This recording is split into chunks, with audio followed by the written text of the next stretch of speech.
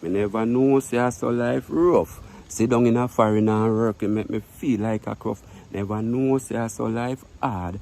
More time me feel like if pack up and go back on my yard. Me never know say I saw life rough. Sit down in a foreign and work, it make me feel like a cruff. Never know say I saw life hard. More time me feel fi pack up and go back. My friend come check me, him dep and braffing. Tell him say right now, me no in and on talking. Man hold him belly and him start the laughing. While him laughing, the trigger off me coughing. Because they hungry and mash up me system. Me never know say I saw life rough. Sit down in a foreign and work, it make me feel like a cup. But no say I saw life hard. More time me feel like I pack up and go back. Jump on me cycle, start the job hunting. Never get no job, so me start cause counting. A man say, why you don't link bunting? Maybe him can help you with something. Call him and him say, that's a done thing. In the next song, me will tell you something. Me never know say I saw life rough. Sit down in a foreigner. As a Jamaican living in China, being away from home and family isn't easy. Sometimes I miss the warmth, the laughter, the feeling of home. But being in a foreign country has taught me courage and resilience. It has taught me how to stand on my own in a place where everything feels unfamiliar. I know a lot of you can relate as you're also away from home, living in a foreign country.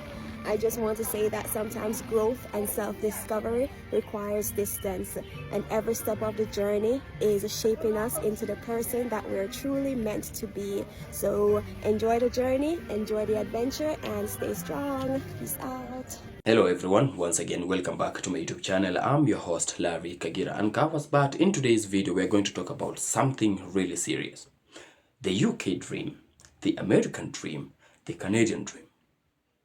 Now, most of us from Jamaica, from Africa, from the Caribbean, like all over the world, we've been told that, or rather we've been fed with this knowledge that once we step to the diaspora, life changes. We get good jobs, we get good money. But is it true? The biggest question here is, for most of you who are in the diaspora, this question is for you.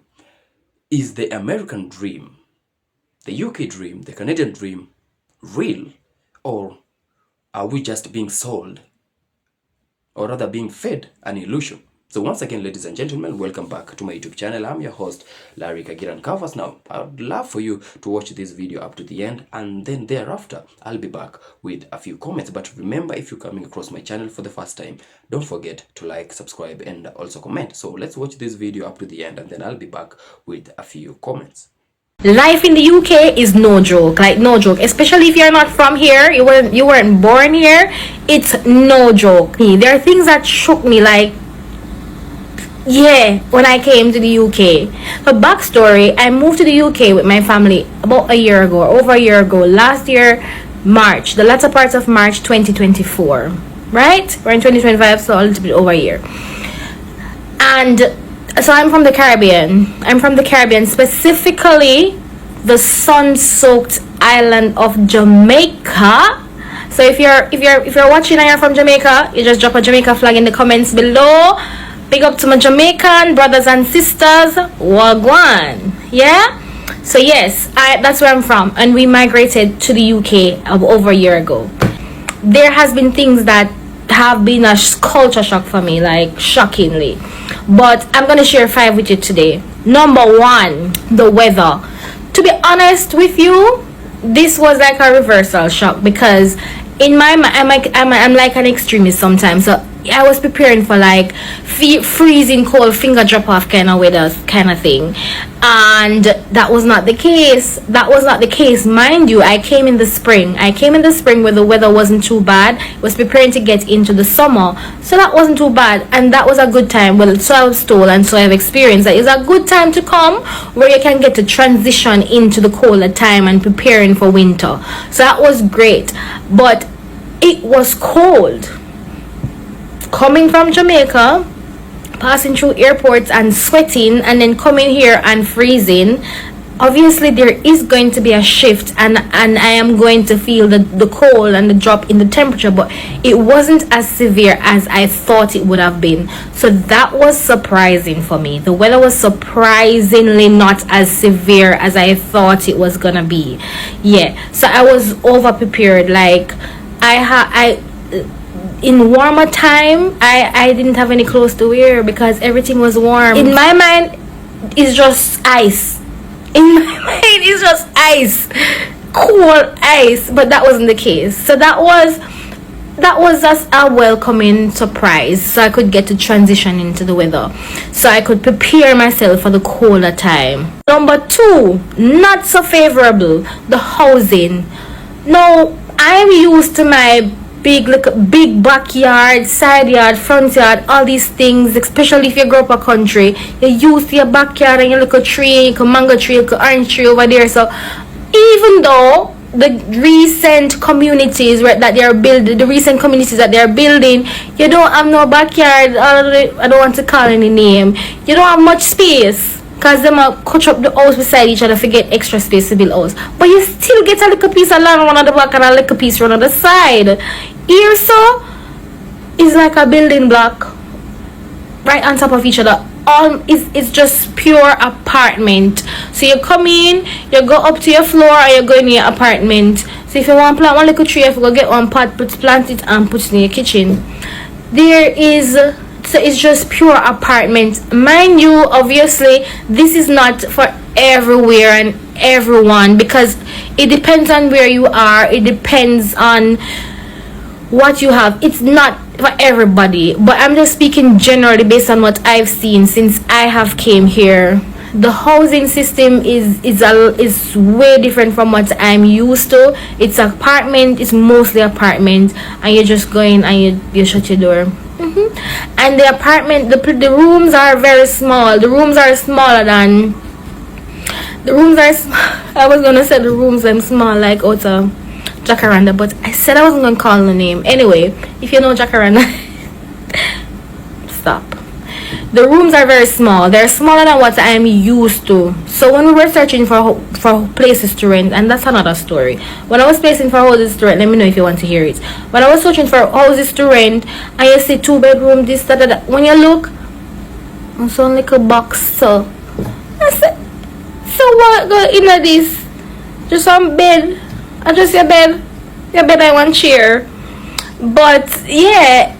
And I said there are exceptions to the rule, because I've gone places and seen places and been in places, and you get different. So it varies, but for the most part, the places that I've seen, this is the case, and that was surprising to me. The housing system was very surprising to me. Number 3, this was a shock, like especially for me who is in healthcare. I know that people in Jamaica smoke. People them smoke and but when I tell you that almost everybody smokes, and you just see them and they're smoking, and that was shocking to me. Like outside, out and about, open, randomly just smoking, like everywhere you go. That was shocking to me. I'm not, everybody is at liberty to do what they want, and they have the freedom of choice and all of that. But I'm just saying, I'm not used to seeing such a big mass of people, just every other person you walk by smoking. When I meet people in my field and having to ask them the question, do you smoke? I hardly get people that say no, or they would say that no, they don't smoke, but they used to smoke. When you ask them when they stop, last week. Yeah, you do have your few that don't, but I'm just saying it's a lot of people that smoke. That was a shock for me. That was a shock. Number 4, the food. I'm not going to drag us with this video. We can do a part 2 if you want, or we can go in detail with certain things. But the food, if you know Jamaican food, you know Jamaican food. If you know Jamaican food, drop some of our national dish, because we have many national dishes, even though it's one, we have many things that Jamaican known for. So if you know Jamaican food, Let me know what your favorite Jamaican food is. We're full of flavor. We're full of flavor. We're full of niceness. If I had a pasta, a potato. At first when I came here, I didn't know what to cook. I had to learn how to cook. I had to try and figure out what to cook. Because it's either pasta or potato. But outside of that, looking on the positive side of things, and I'm taking it positive from a health perspective. Looking on the positive side, these people, the culture seem to be a very health conscious culture. So the salt was never very savory at all. The sugar need a little bit more glucose in there, because the sugar never have a lot of sugar in of it, and the salt never have a lot of salt in of it, right? So everything kind of lower. I don't know how to explain it, but when I came and they're using the little packet of sugar and you tear it and you drop it in your tea, you see everybody use half a pack, 1 pack. And I said, okay. When me pull it down to put it on my tea, I say, so me I look around and I say, there's something wrong with me, because me not taste nothing. I'm not tasting anything. I'm not going to tell you how much sugar I use, but it's dwindling down. I'm adjusting. But I think it has allowed me to shift my mindset into that direction, which is going to assist me with my growth or my development in terms of my health and my wellness. So that's fine. That's fine. Use a little bit of sugar, a little bit of salt, fine. So things, the thing is like, things are packaged a certain way where you consider your health. Even fast food, when you buy the fast food, it's not very salty or very sweet. I'm not saying that mean it's healthy or anything, you know. I'm just saying that a lot of focus is placed on the nutritional benefits of food, right? I'll just leave it there. I'm just gonna leave it there. If we want to talk about it in the comments, we can talk about it. If you want to know more, we can talk about it. But I'm gonna leave it there. I'm still adjusting. I still buy the potato and the pasta, you know, but I'm still trying to figure out ways, and I'm learning different ways and different things that I can do, right? And adjust and find interesting dish to do. I'm still learning, but that was an adjustment, to be honest. And lastly, we're gonna end on a good note. The driving here, the drivers are so courteous, and again, there are exceptions to the rule. Everybody's not the same, but if you know, you know. Driving in Jamaica but anyway, the drivers here are very courteous, meaning if you're about to, if you look like you're going to cross the road, then stop. Worse if you have a child, a baby, they stop. Obviously you have your stop sign and your light, you wait on that, but I'm talking about minor roads where, you know, vehicles may pass or whatever. You even look like you're going to cross the road, they stop. As a matter of fact, some of the roads, the people here, based on the white line, you have certain signs, and I don't know some of the road codes yet, but you have certain things are sign on the road. Literally people just walk out, and the vehicle just stop for them to pass, even if is 100 people, and if 5 people pass, and then the next 5, they stop.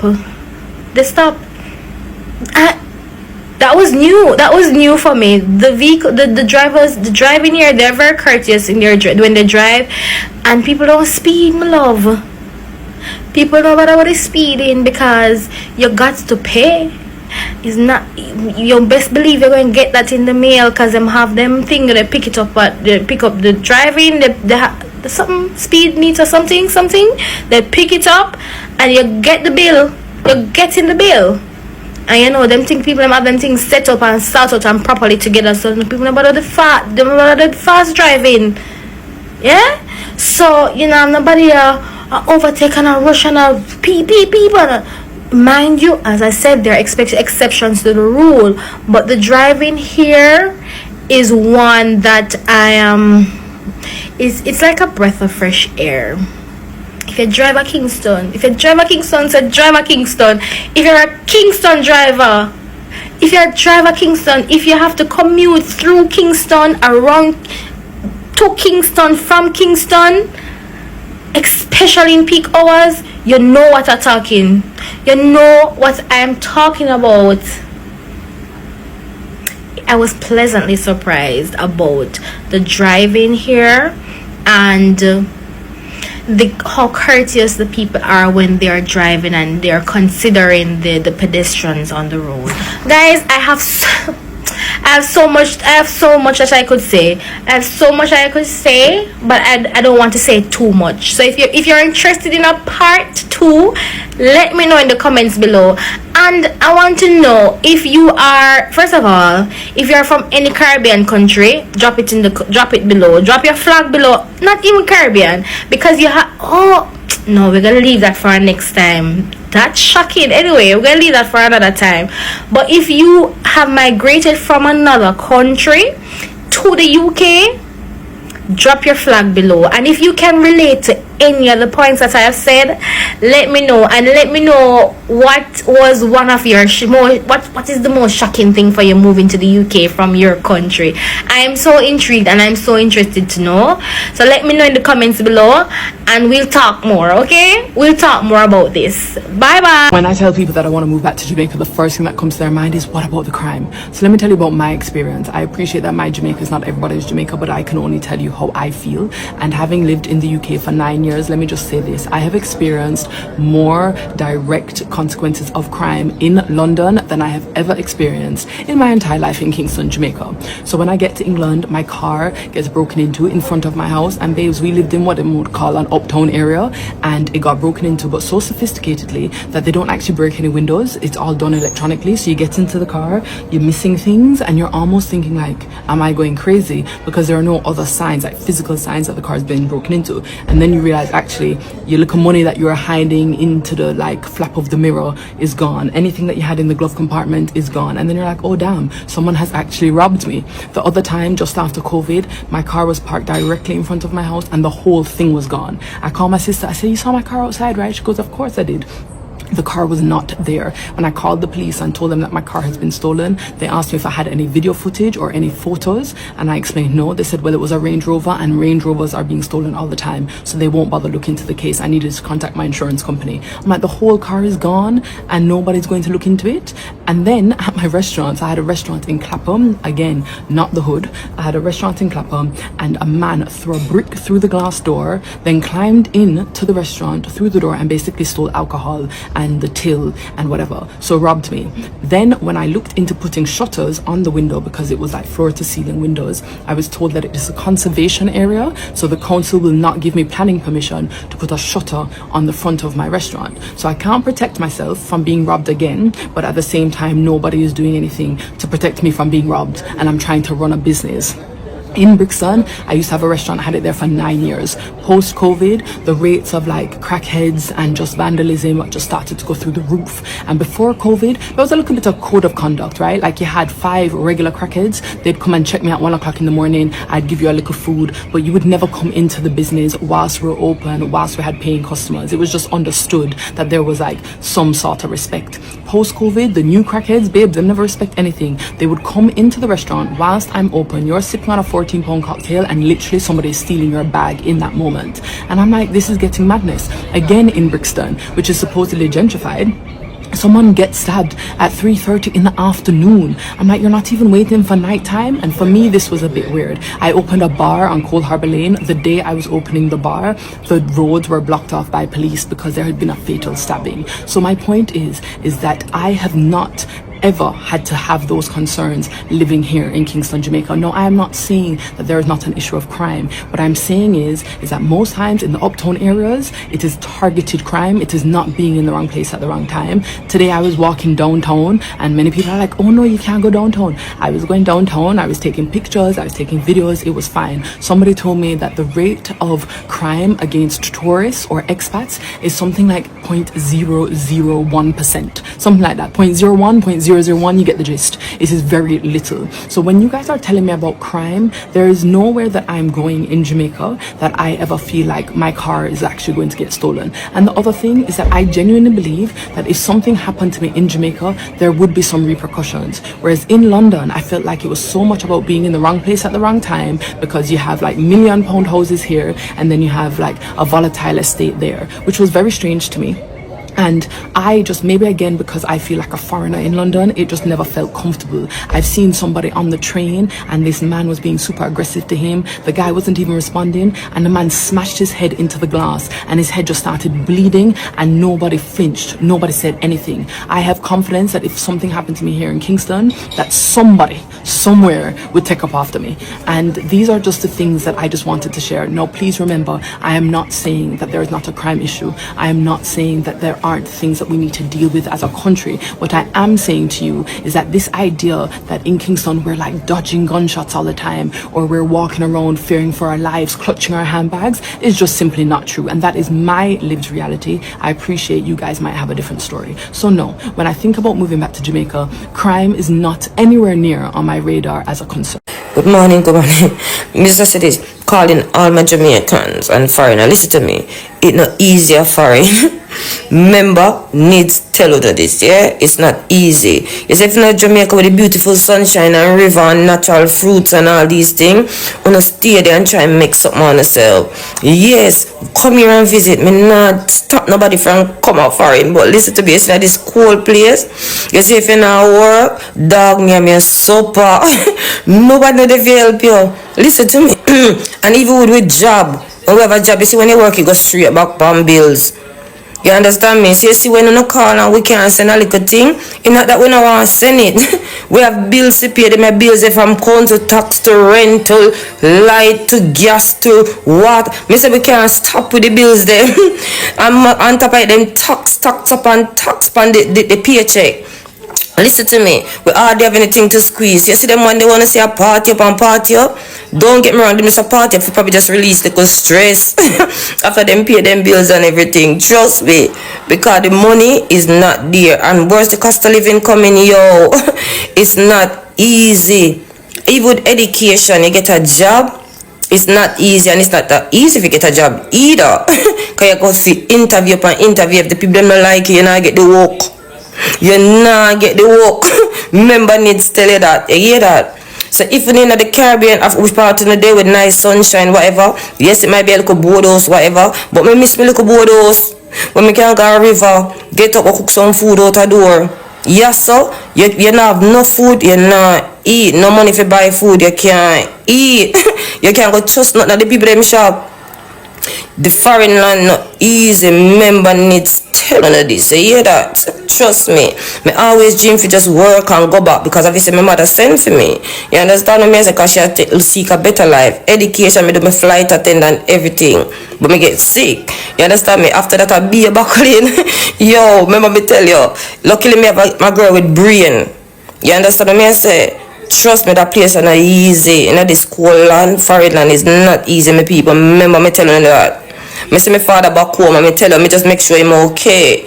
You understand me? Even though me can't eat sometime, me make sure him okay. Cause me say me nah make him come struggle like me. You must say mad. My father can't come struggle. But my son, me make sure him have everything him have. Want him have everything me have. We scrape, we left back, we just scrape for myself. But anybody can relate to this, so the foreign are not easy. Anybody can say it easy, whatever. To Uno, good luck to Uno. Glad for Uno, but for me and most people, it's not easy. So you hear that? For the last video I make about life not easy in the UK. For all who ask why me not go back. The reason why the community not go back is because me can't find nobody to trust. I have big trust issue. I start business back home so that I could take me little time build up and go back, and it's the own relative of mine rob out everything.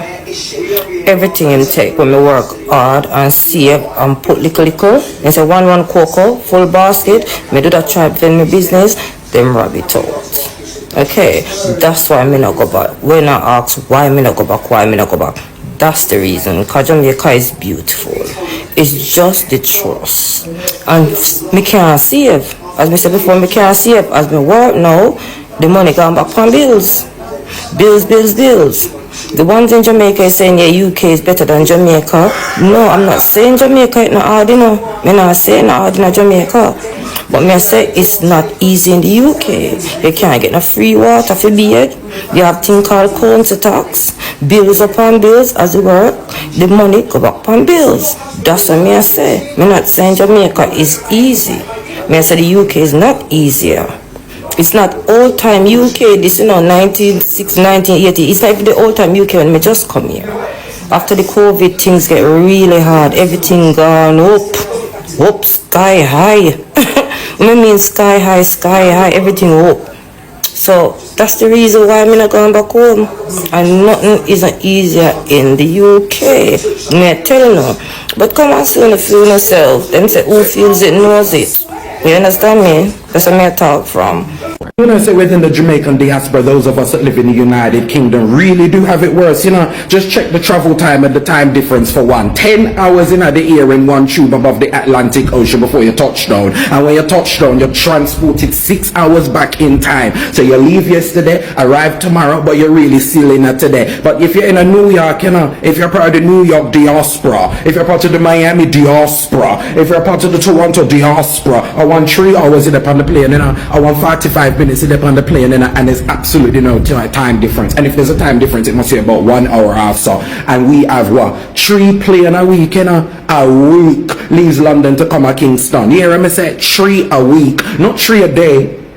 Yeah, not 3 every 2 days or whatever case may be. 3 a week, Monday, Wednesday and Friday. We all know that the service they will leave London come to Kingston, my love. And if you want to fly up on the weekend, it not exist. And if you don't have US visa, you cannot do the transit. So if somebody dead, you have to travel on that the service that to Kingston, Jamaica. And let me tell you something about that the service that it's expensive. You cannot get no little $300 ticket to America, you know, like what them have. You have to spend all £800-900 for ticket, and that is on the cheaper end. I want you to trust and believe that there are people right now that have purchased their ticket for summer this year, and they know that they have paid 4 figures for an economy seat. You hear me say an economy seat? Me I thought 3 seat, 4 seat, 3 seat, because the plane them big, you know. So them pack way up in the plane like sardine. We're not getting a leg room, we're not getting a baggage, and if you want little 2 piece of baggage, if you have to spend more money and all of that sort of something that just to reach back of your yard. So if you're a mother with 3 picnic, Lord of mercy, thousands and thousands of pounds, that's enough to just come back to your country. So just retaining and maintaining your connection with the island can be so difficult just for that simple fact. Because if you're there in America, you know, and you miss the 6 o'clock, you just get the 7 o'clock, you know how much flight leave New York, come to Jamaica, come on, wait name there. Kingston. Yes, I know some of you can say you can fly to Montego Bay and all of these things. Yes, you can fly to Montego Bay upon Virgin. We have a couple plane where I go there, but still the frequency and the amount is not enough. And then when you're in Jamaica, you have to be dealing with this whole blasted thing with them people where they just believe say everybody that travels has moved to America, and they start talking to you about US dollars and all of them sort of something. That I have this habit to say to them, I'm so sorry, but I'm from England and I don't bank in US dollars. I actually bank in a stronger currency, pound sterling. I mean, remember the days when we go to America, you know, we take £500 and the people then give me $1,000. Oh, I bank in a stronger currency. But you're constantly in this as something where you're battling with the people them about US dollars. You're battling with the people them about the flight. You're battling with the people them about time difference. And when you reach Jamaica, my love, when you're flying from England, my love, me say, you're tired. The breed of tiredness will come down by you, man. Because going to Jamaica and a sort of simple something, you know, and like one little tree of a plane ride, because you come from New York as you reach it in at the same time zone, so you probably just have one little grip. No, when you're traveling from the United Kingdom, you have to have a whole heap of things in your back, because that is a serious trip we are go on. And when you land, hey, No matter how you're excited, you're delirious because you're not asleep, you're tired, you feel away, all of them sort of something. And it take a good couple of days, before you start to reach back into the system. It's not normal. May I tell you, all of the people that will live in England, we know the Caribbean routine of it all, knows the pressures, understands the pressures. That's why last year, when we get the little opportunity to fly on Norse Airlines, the whole of the Jamaica community in a lot, they excited, my love. Everybody get joke when them pull back them airfares and say them now fly here this year again, so we get the same fucking thing. I believe there needs to be more competition, there needs to be more frequency. Because the plane them will come at Jamaica pack up, and we need more planes to come down yeah, man, to bring down the prices then, and to just allow for people's journeys and situations to be a bit more. Because the people that the boy them in England and the girl them in England, they know which part them come from, because they can't come down here because it's too expensive for fly. So come on, man, just help us out. Lord of mercy, help us out. And the reason why I talk about it, is because today I sat there and I fly Monday, and I feel like today are the first day we'll be start to really come back into myself, because some me feel mash up all week and tired every day from the fly when I fly come in here. Jesus Christ. My goodness, may I tell you, the Jamaican diaspora members in the United Kingdom, we have it the worst, and I think like we need to stand up and do something about it, man. We need to do a petition or something. God Almighty, because this cannot be on. It cannot be on. God. Ladies and gentlemen, once again, welcome back, and I believe you've watched the video up to the end. Now, after watching this video, I'd really love for you to answer me this question again. Is this American dream still alive, or is it just an illusion? Because you'll understand that we as black people from all over the world, we have our own reasons as to why we prefer to go to the diaspora in search of greener pastures with a certain mentality that we've fed ourselves. And then when the reality kicks in, you'll realize that the dream was never alive. It was just an illusion. Now, you'll understand that these are the reasons as to why we choose to leave home. Not because we want to, but because we have to. Those are two different things. It's not because we want to, but because we have to. Our leaders have turned their backs on us.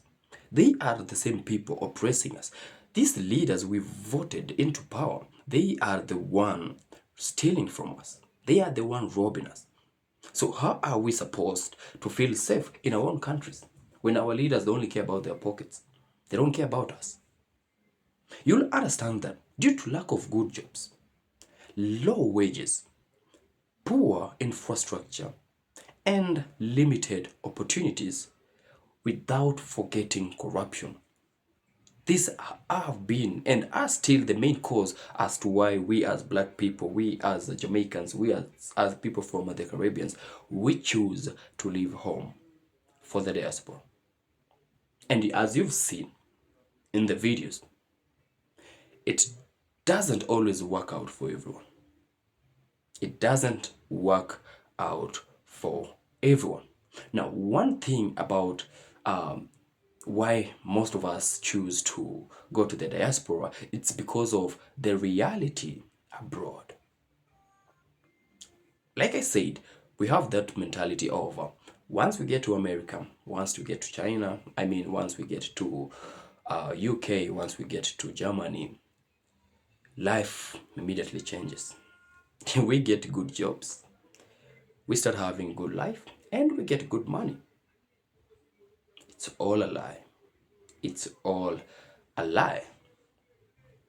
They are things that we don't anticipate when we are making our plans to relocate to the diaspora. Many of us, many people reach these countries, these European countries, and realize that life is expensive. Really expensive. They realize that the rents totally high. They realize that work is stressful. bills don't stop. And you understand that bills will never stop. Be it in the diaspora, be it in our countries back at home, bills will never stop. The biggest question is, as they chase after you, as they mount up, where are you comfortable staying?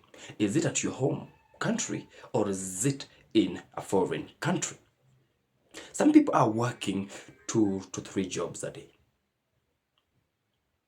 People are really pushing it hard. And on top of that, you'll understand that these people, they have other struggles that they are going through despite the ones mentioned, like the rents, the bills, and all of that mounting up. People are really going through a lot. People are being, or rather are facing racial abuses in the diaspora. People are facing loneliness. People are really getting hard to adapt to these cultural differences between them and the people in this foreign country. And as you understand, one of the things that can make you fall out really quick with people in a new environment, it's when you disrespect their cultural. Jamaicans have a strong cultural belief. Like, let me just say, every country have a very strong cultural belief. So you'll understand that once you get to a foreign country, a country that you are a stranger, nobody knows you, and in some way or the other, you found yourself on the wrong foot, or rather on the wrong side, and you might have disrespected their culture without knowing. Now, this is among the struggles our people are facing through in the diaspora. Now, we can talk about the few positive side about this, because let's just be fair. It's not really all bad. There are some black people who have really made it in the diaspora. They are living good. They are living lavish life. They are okay. And that's what I'm saying. It's not always bad on everyone. There are some positives. There are some positive sides on these stories. Many people abroad, you'll understand that they get good education. They learn new skills. For those who are open to learning, they build businesses. They send money back at home, because that's the main thing as to why we as black people struggle to achieve once we get to the diaspora. We really want to take care of our people back at home and help our families. That's the main thing. Most of us, you'll agree with me, like that's what most of us black people do. And to some point, I don't know if this is okay or not, but I feel like that's the mentality that really ties up, makes us not progress, because at some point you'll understand that we work a lot to provide for our people back at home and forget about ourselves. We forget about the well-being of ourselves. So in this case, you'll understand as a man, as a noble man, a man who's okay upstairs, you'll actually understand that you have to take care of yourself first before you can take care of those you love. So, because if you take care of them and forget about yourself, you'll understand that you're going to face some difficulties. And when you are not in a stable state of mind yourself, you'll find it difficult to provide for your own people. So, which means, or rather, which leaves us with this only option that you'll be wasting your time. You'll totally be wasting your time. Now, without remittances, many homes back at home would struggle. That's just, in simple time, the point that I've been trying to explain. Now, the biggest message to our leaders is that now it's time we speak directly to our leaders, because this part is really important. Our people are not living because they hate home. Our people don't live because they hate our countries. They are living because home is not working out for them. You'll agree with me that they are living because home is not working for them. They are not appreciated. Like, leaders must create real jobs. Leave alone these fake bullshit that they come selling us on the social medias and the media platforms. Our leaders should support small businesses. This reminds me of those people who are really struggling. They are the ones being robbed. We are the ones being robbed. But those who have really made it, it's really difficult for them. They just run their businesses peaceful. You'll understand that we need our leaders to fight corruption. We need them to invest in education. We need them to improve health care. We need our leaders to protect young people. This reminds me of Jamaicans. I've seen Jamaicans losing some of the great talents to Turkey. This is because of lack of recognition from their own country. Most government officials, they don't appreciate these youngsters. So, like I said, people feel like instead of our passion, our talents going to waste, let's try it somewhere else. So, ladies and gentlemen, I'd love to hear from you. Tell me what you think of these incidents. Tell me what you think about this video. I mean, we are struggling. We are trying to make sure that our countries are safe for us. But what are our leaders doing? So I've been your host, Larry Kagiran Canvas. Remember, if you're watching my videos for the first time, don't forget to like, subscribe, and also comment. To my returning subscribers, my returning viewers, I have to say thank you so much for the love and support. So guys, until we meet again in my next video, peace out and one love.